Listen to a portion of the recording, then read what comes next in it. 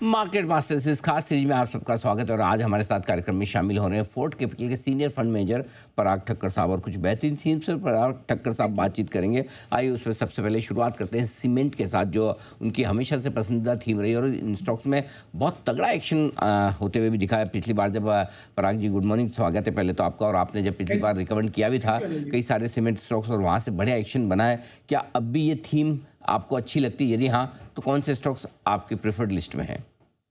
Thank you Anil ji, आपके show पे invite करने के लिए। जी हाँ, मुझे सीमेंट थीम सबसे ज़्यादा अच्छा लगता है। आज की तारीख में मेरे पोर्टफोलियो में भी मैं डिस्क्लेमर देना चाहूँगा, सबसे ज़्यादा ओवरवेट पोजीशन सीमेंट में ही है। और उसमें सबसे ज़्यादा बड़ी पोजीशन हमारी अल्ट्राटेक और रेमको सीमेंट में है। मुझे ये लगता है कि ये मार्केट बहुत एफिशिएंट है और मार्केट इतना सस्ता भी नहीं है। तो जहाँ पे सबसे बड़ा अर्निंग का डेल्टा हो उस सेक्टर में बने रहना चाहिए। तो मेरे हिसाब से सीमेंट में जो डेल्टा है वो बहुत बढ़िया डेल्टा है, खास करके ये FY26 ईयर के लिए। क्योंकि FY25 का जो बेस था उस टाइम पे इलेक्शन के कारण और RBI के टाइट स्टैंड के कारण डिमांड खराब थी, प्राइसेस खराब थे। तो आपका बेस ऐसा बन गया है कि उस बेस से ऊपर ही आना है। और दिसंबर के बाद, दिसंबर में सीमेंट के प्राइसेस जो इंडिया में थे वो 10 साल के लोएस्ट प्राइसेस पे थे। तो इवन इन्फ्लेशन एडजस्टेड भी नहीं हुआ था उसमें। तो उसके बाद थोड़े से जो प्राइस हाइक हुए हैं उसके कारण जो डेल्टा आएगा सीमेंट में, क्या है, प्राइसेस की वजह से बहुत बड़ा डेल्टा आता है। तो आज समझो अल्ट्राटेक का जो ऑर्गेनिक बिजनेस है वो Q4 में 1270 रुपये पर टन का एबिटा उसने बनाया था मेरा ये। और उसके बाद प्राइसेस स्टेबल रहे। तो मेरे हिसाब से आपको ऐसा दिखना चाहिए मेरे कैलकुलेशन के हिसाब से कि अल्ट्राटेक का समझो कल लास्ट ईयर अप्रैल मई जून का जो एबिटा था वो 3050 करोड़ के आसपास था। जो इस साल कम से कम मेरे हिसाब से 4000 करोड़ के ऊपर आएगा। क्योंकि उसमें दो तीन चीजों का फायदा हो रहा है उनको। एक तो उनका 300 रुपये पर टन का कॉस्ट सेविंग प्रोग्राम चल रहा है। दूसरा, उन्होंने जो इंडिया सीमेंट और केशोराम ली थी उसका पूरा बेनिफिट इस साल से शुरू होगा। और उसका एबिटा पर टन भी अल्ट्राटेक की वजह से इंप्रूव होगा। और प्लस सीमेंट प्राइसेस जो बढ़े हैं और वॉल्यूम, वो अल्ट्राटेक का खुद का कॉल पे कहना है कि 9 से 10% उनका खुद का वॉल्यूम ग्रोथ होगा apart from India cement and Kesoram. तो मेरे हिसाब से अल्ट्राटेक एक लार्ज कैप कंपनी है जहां पे इबिटा पिछले साल जो 12,500 करोड़ था वो अगले 2 साल में, मतलब FY27 में 20,000 करोड़ के ऊपर चला जाएगा। तो एक लार्ज कैप कंपनी में इतना बड़ा ग्रोथ, 12,500 करोड़ वाला इबिटा 20,000 करोड़ के ऊपर जा रहा है 2 साल में। उसमें से FY26 में ही मेरी उम्मीद के हिसाब से 17-18 हज़ार का इबिटा आ सकता है, क्योंकि Q1 में ही 4,300 तो आ सकता है। जबकि Q1 मानसून से काफी अफेक्ट हुआ because early onset of monsoon हो गया था। सेम वे रेमको में जो 1250 करोड़ का इबिटा था वो मेरे हिसाब से 2 साल में 2,000 करोड़ के ऊपर आराम से चला जाएगा। प्लस वो डेट रिड्यूस करने की कोशिश कर रहे हैं। 450 करोड़ का डेट उन्होंने रिड्यूस किया है। उन्होंने बोला है कि और 450-500 करोड़ का डेट 31 जुलाई के पहले हम रिड्यूस करेंगे। तो एक तरफ आपका, और दोनों कंपनियों में एक दूसरी एक स्पेशलिटी है कि दोनों ने अपने हिसाब से कंस्ट्रक्शन केमिकल बिजनेस शुरू किया है जो सीमेंट की डिस्ट्रीब्यूशन नेटवर्क में बिकता है। और वो बिजनेस का ROC 35 to 40% है। अल्ट्राटेक ने ये बोला है कि लास्ट ईयर उनका वो सेल 921 करोड़ था, वो 3 साल में 3,000 करोड़ हो जाएगा। उसमें मिनिमम 20 से 25% मार्जिन बनता है और 35 to 40% ROC है। रेमको सीमेंट 200 करोड़ का लास्ट ईयर सेल था मेरे हिसाब से उस बिजनेस का, कंस्ट्रक्शन केमिकल, वो बढ़ के 500-600 करोड़ हो जाएगा।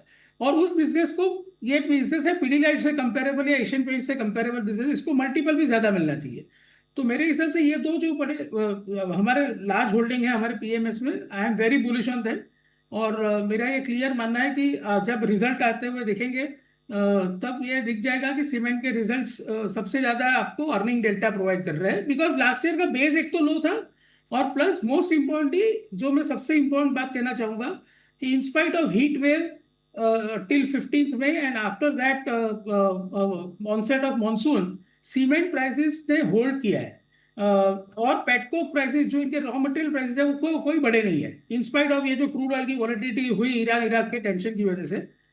और उसमें कोई वॉलेटिलिटी रॉ मटेरियल प्राइसेस में या उनकी कॉस्ट में नहीं हुई है। तो बेसिकली जो प्राइस इंक्रीज हुए हैं पिछले साल के मुकाबले वो पूरा एबिटा पे फ्लो करेगा। आपको अच्छे रहने की उम्मीद है। इसके अलावा बैंक्स आपने लगातार पसंद किए, क्या इन लेवल्स पर भी आपको कुछ बैंक्स हैं जो पसंद है और निवेश के लायक हैं?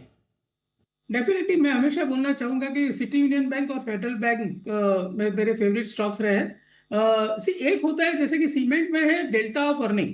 मतलब हम मेरा ये इन्वेस्टमेंट फिलोसफी रहा है अनिल जी की, जेन्युइन अच्छी कंपनी, टाइम टेस्टेड बिजनेस जो सालों पुरानी कंपनियां हैं जिनको हमने अक्रॉस द साइकिल देखा हुआ है, उसको या तो आप इन्फ्लेक्शन पॉइंट पे खरीदो, जो कि सीमेंट में मुझे दिख रहा था जनवरी महीने से, और अभी भी मुझे दिख रहा है। और या तो वैल्यूएशन बहुत सस्ती हो तब खरीदो, भले नियर टर्म थोड़ा सा पेनफुल हो। तो वो है बैंकिंग, सिटी यूनियन बैंक और फेडरल बैंक जो है उसमें मैं ये देख रहा हूँ कि ठीक है मार्जिन कंप्रेस हो गए, बिकॉज आरबीआई ने 1% रेट काटा है, तो उनकी जो लोन साइड है, लाइव असेट साइड है, वहां पे रीप्राइसिंग जल्दी होगा, डिपॉजिट में बाद में इफेक्ट आएगी। हालांकि सबने रेट कट डिपॉजिट साइड पे भी करना शुरू कर दिया है, और आरबीआई का सीआरआर कट भी बहुत हेल्पफुल था। लेकिन मेरे हिसाब से ये दो बैंक ऐसे बैंक है अनिल जी, मेरा ये मानना है कि बैंकिंग में आपको सबसे इम्पोर्टेंट ये ध्यान रखना है कि एक तो बैलेंस शीट वेल कैपिटलाइज होनी चाहिए, जो ये दोनों बैंकों की है। सीडी रेशियो कम है दोनों बैंकों के, तो उनके पास हेडरूम है ग्रो करने का। तीसरा सबसे इम्पोर्टेंट चीज है कि उनकी लैंडिंग जो है, उन्होंने कोई अनसिक्योर्ड, बहुत ज्यादा पर्सनल लोन, बहुत ज्यादा क्रेडिट कार्ड या माइक्रो फाइनेंस, ऐसा कोई रिस्क ही नहीं लिया है। तो इसमें असेट क्वालिटी तो बेस्ट ही रहने वाली है अक्रॉस द साइकिल। तो पॉइंट है कि अभी सिर्फ ये है कि मार्जिन थोड़े से कंप्रेस होंगे, पहले 2 क्वार्टर में होंगे, सारी बैंकों के लिए होंगे, तो इनके भी होंगे। लेकिन सिटी यूनियन बैंक जो लास्ट ईयर तक 10-12% से ज्यादा ग्रोथ नहीं करता, इस साल मेरी उम्मीद है 14 से 16% ग्रो करेगा। असेट क्वालिटी बहुत ही बढ़िया रहेगी। वैल्यूएशन अगर ये दोनों बैंकों के ही आप देख लो, 1.2 टाइम FY27 बुक वैल्यू पे है, जबकि सिटी यूनियन बैंक तो ऑलरेडी 1.5% आरओए बना रहा है। पी वाइज देखिए तो आप दोनों बैंक ही 10-11 के पी पे है ऑन FY27 नंबर्स। और दोनों बैंक मेरे हिसाब से लॉन्ग टर्म में 15 से 17% ग्रो कर सकती है। तो ये वैल्यूएशन वाली पिक्स है, सीमेंट जो है वो ट्रिगर वाली पिक्स है, जहां पे अर्निंग का बड़ा डेल्टा है। यहाँ सीमेंट पे में कमाई, पचास जी। परसेंट ग्रोथ ही आएगा सीमेंट में, तो मेरे हिसाब से अल्ट्राटेक का EBITDA 50% से ग्रो करेगा FY26 में।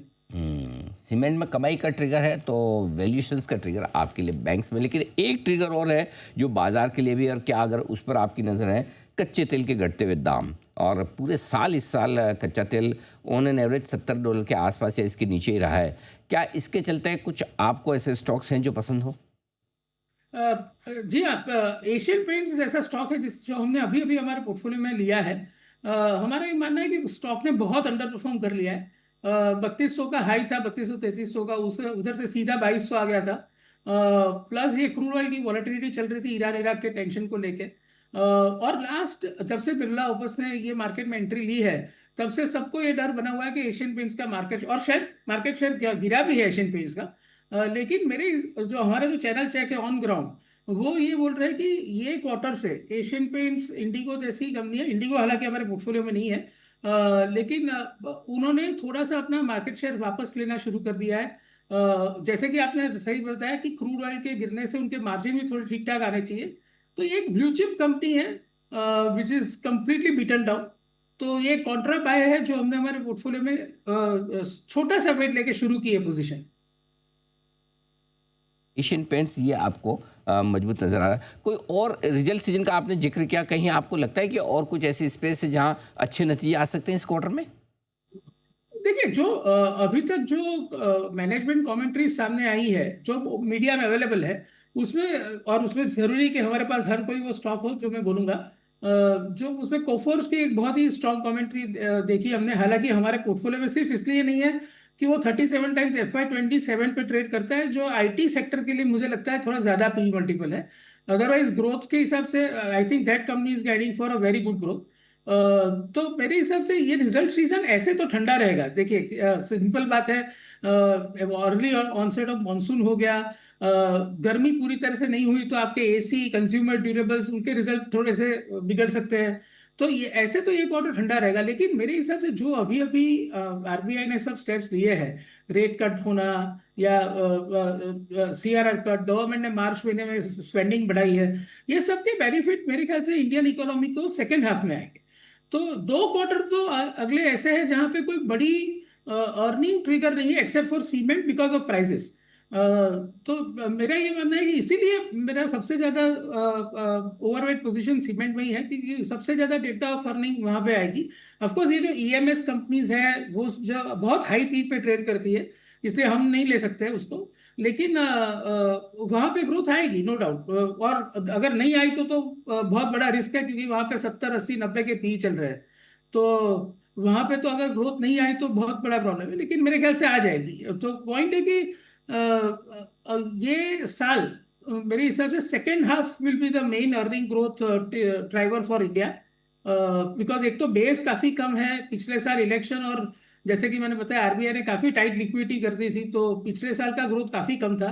उसके मुकाबले आरबीआई काफी बूस्ट दे रहा है, इकोनॉमी को स्टिमुलस दे रहा है। तो मेरे ख्याल से सेकेंड हाफ, और अगर मानसून ठीक ठाक हो गया, अगर बारिश अच्छी तरह से आई, बरोबर आई, अबव एवरेज आई और वेल स्प्रेड आउट आई, तो रूरल इंडिया में रिकवरी आ सकती है। तो सेकेंड हाफ में कुछ एफएमसीजी स्टॉक्स भी अच्छे कर सकते हैं, जैसे कि मेरी उम्मीद है कि एशियन पेंट्स इस बार सेकेंड हाफ में अच्छा करना चाहिए, क्योंकि काफी टाइम से ये सब स्टॉक्स ने अच्छा नहीं किया है। तो हमारा ध्यान उसी पे है जहां पे स्टॉक्स नहीं चले हैं, और जैसे कि रैमको सीमेंट आप उठा के देख लीजिए, 5 साल में नहीं चला है। तो ऐसे स्टॉक्स जहां पे अर्निंग ग्रोथ इस साल से इंप्रूव हो सकती है, वैसे स्टॉक्स को लेना हमारे हमारे हिसाब से वही राइट स्ट्रेटेजी होनी चाहिए। ठीक बात है। पराग जी, बहुत बहुत धन्यवाद, आपका समय दिया और आपने विस्तार से नतीजों पर और अपनी पसंद की थीम्स पर आपने हमारे दर्शकों को पूरा डायरेक्शन दिया। Thank you so much.